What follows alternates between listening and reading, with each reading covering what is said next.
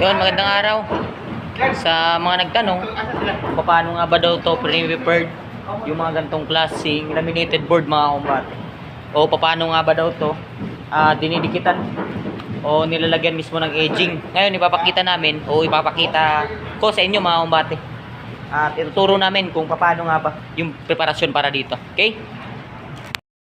Ayan, pansin nyo ba? Ito yung laminated board na nakatabas na mga kumbate. So bali wala pa yung edging. Ngayon, ginagawa ng tropa para malagyan to. Ito yung ginagawa namin. Ayan. Nilagyan namin ng rugby. Yung gamit namin na rugby, contact band ng Pioneer mga kumbate. Yung brand niya is Pioneer.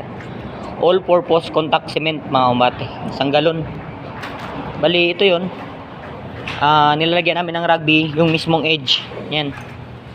At syempre, pag nalagyan na to, ang susunod natin ng lagyan yung mismong edging na.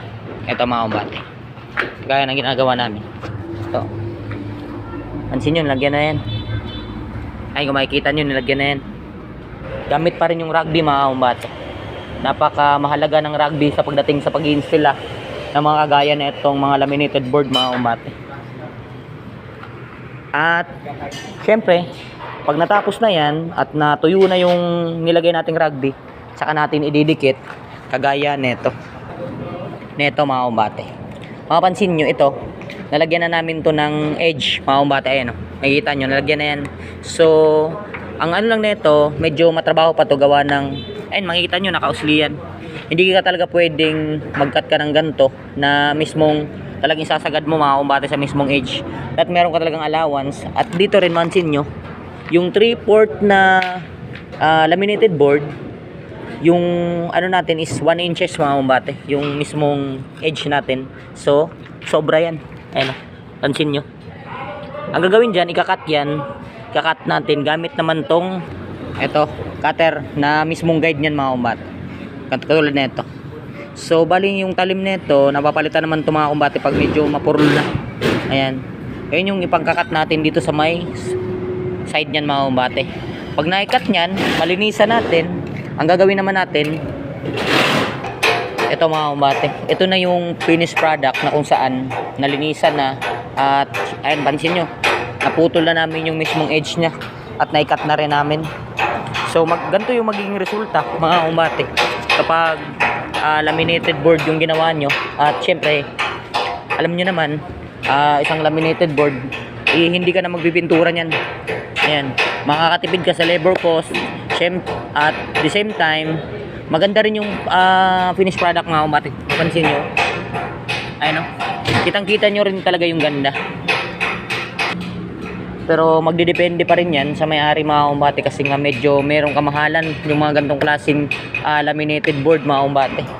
Ito, alam ko nasa yung isang buo nito nasa 3,000 plus o 2,900 up to 3,000 mga kumbate. Yung isang peraso nitong mga gantong klaseng laminated board. Ayan. Ayan, magdidepende pa rin yan sa may-ari kung makaka-afford ba sila sa mga ganitong klaseng board mga kumbate. Kasi ngayon nakasanayan, kagaya nito, plywood. Pansin nyo yan, plywood yan. Gamit namin dyan, it is Santa Clara na plywood. So magiging mangyari, pag Santa Clara yung ginamit, magduduko finish ka pa mga kumbate. Kagaya nito, pansin nyo, ayan, nakaduko na yan mga kumbate.